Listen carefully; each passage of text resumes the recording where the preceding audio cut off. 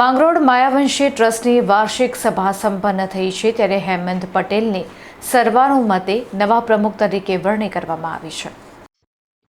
માંગરોળ તાલુકાના દામરોડ ગામ ખાતે આવેલા પ્રસિદ્ધ રામદેવ ફાર્મમાં માયાવંશી સમાજની વાર્ષિક સાધારણ સભાનું ભવ્ય આયોજન કરવામાં આવ્યું હતું।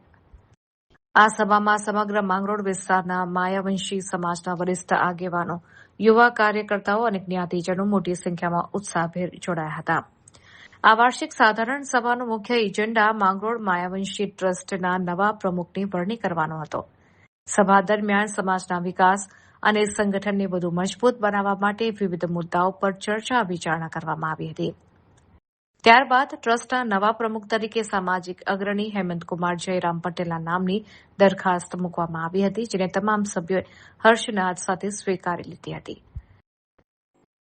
આમ હેમંતકુમાર પટેલની સર્વાનુમતે પ્રમુખ પદે નિમણૂક કરવામાં આવી હતી। સમાજના સર્વાંગી ઉત્કર્ષ અને શૈક્ષણિક પ્રગતિ માટે ટ્રસ્ટ હંમેશા અગ્રેસર રહેશે। તમામ આગેવાનોને સાથે રાખીને સામાજિક કાર્યોને વેગ આપવામાં આવશે।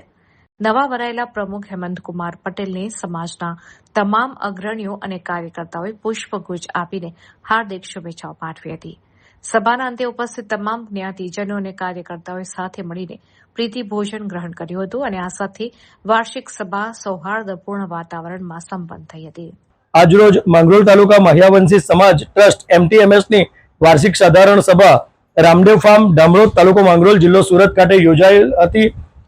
જે સાધારણ સભામાં આગામી 3 વર્ષ માટે MTMSના નવા પ્રમુખ અને કારોબારીની રચના કરવાની અમે નક્કી કરેલું હતું અને તેમાં સર્વાનુમતે હેમંતકુમાર જયરામભાઈ પટેલની પ્રમુખ તરીકે નિમણૂક કરવામાં આવી છે। હું આ તબક્કે નવા વરાયેલા પ્રમુખને હાર્દિક શુભકામના પાઠવું છું અને સાથે જ એવી ખાતરી પણ આપું છું કે આગામી દિવસોમાં અમે MTMSને નવા આયામો સર કરવા તરફ આગળ લઈ જઈશું।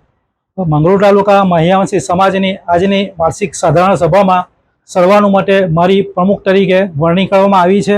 હું એ બદલ મારા માયાવંશી સમાજનો ખૂબ ખૂબ આભાર માનું છું અને આવનાર દિવસોમાં સમાજને સાથે લઈને સમાજ ખૂબ જ પ્રગતિ કરે એવા દરેક કાર્યો કરવાની હું સમાજને ખાતરી આપું છું। વિશેષમાં મારે એ જ કહેવાનું થાય છે કે હું એક પ્રમુખ તરીકે જ મારી વરણી છે અને મારી એક મોટી જવાબદારી બની શકે છે અને એ જવાબદારી સાથે મને મારા મિત્રોમાં જે કંઈ છે અહીંયા ઊભા એ દરેક મારું મંડળ છે અને મંડળને સાથે લઈને જ મારે એ કામો કરવાના છે। એટલે હું મંડળને પણ વિનંતી કરું છું કે કાલે આપણે આગળ વધવાનું છે। જે કંઈ કાળવા તમે છેલ્લા 5 વર્ષથી ઊભું કર્યું છે, એક વટવૃક્ષ તમે ઊભું કર્યું છે, એ વટવૃક્ષને આપણે વિશાળ બનાવીને એનાથી પણ જો આગળ વધવાનું છે, માટે હું દરેકને સાથે રાખીશ અને આગળ વધવાની વિનંતી કરીશ। હું આ તબક્કે માયાવંશી સમાજ માંગરોળ તાલુકાનો ખૂબ ખૂબ આભાર માનું છું।